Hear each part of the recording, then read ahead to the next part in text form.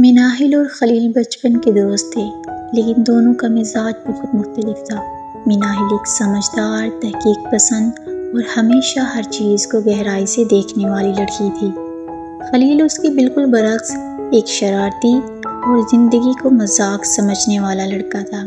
دونوں کی دوستی بچپن سے تھی اور وہ ہر مشکل میں ایک دوسرے کے ساتھ رہتے تھے، لیکن اکثر ان کے راستے مختلف ہو جاتے تھے۔ ایک دن خلیل نے ایک عجیب اور دلچسپ منصوبہ بنایا۔ اس نے مناہل کو بتایا کہ اس کے چچا کی ایک پرانی حویلی شہر سے دور ایک جنگل کے بیچ میں ہے۔ لوگ کہتے تھے کہ وہ حویلی منحوس ہے اور وہاں عجیب و غریب حرکتیں ہوتی ہیں۔ خلیل کو حویلی کو جاننا تھا، لیکن مناہل شروع میں تھوڑی ہچکچائی۔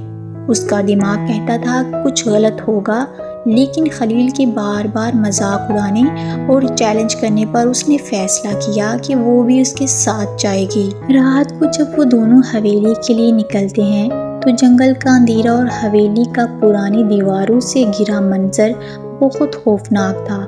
مناہل نے اندھیرے سے حویلی کو دیکھا جو پرانی اور ٹوٹی ہوئی تھی۔ اس کا دل گھبرا گیا، لیکن خلیل مسکراتے ہوئے بولا، ڈرو مت، یہ سب تو مذاق ہے۔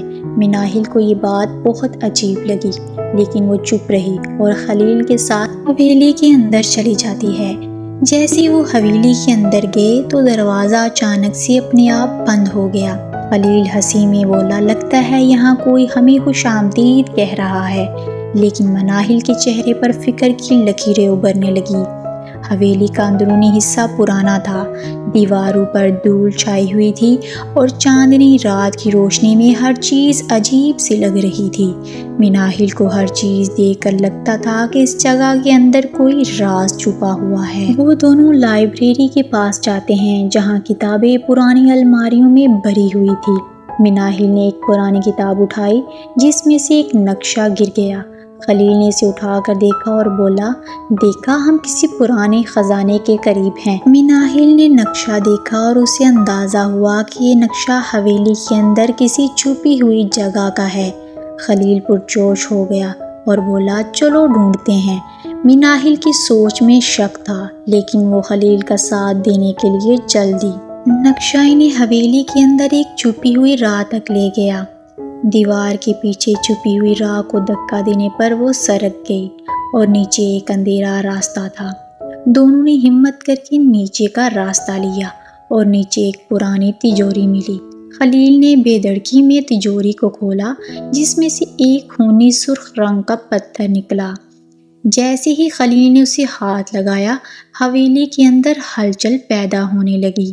دیواروں میں سے ایک دھند نکل کر ان پر چھانے لگی۔ مناہل کو فوراً سمجھ آ گیا کہ یہ پتھر کوئی منحوس چیز ہے۔ اس نے خلیل سے چیخ کر کہا، اسے چھوڑو، لیکن خلیل کا ہاتھ پتھر پر تھا اور حویلی میں لرزش بڑھ رہی تھی۔ مناہل نے اپنی تیز سوچ سے کام لیتے ہوئے نقشہ واپس پتھر پر رکھا اور دیکھتے ہی دیکھتے سب کچھ ٹھیک ہو گیا۔ اندھیرا اور دھند غائب ہو گیا اور حویلی پھر سے خاموش ہو گئی۔ دونوں نے جلدی سے وہاں سے بھاگنا شروع کیا اور جنگل تک پہنچ کر سانس لیا۔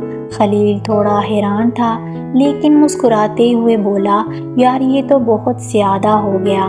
مناہل نے صرف اتنا کہا، ہر چیز مذاق نہیں ہوتی خلیل، کچھ چیزیں سمجھ کر دور رہنے میں ہی انسان کی بھلائی ہے۔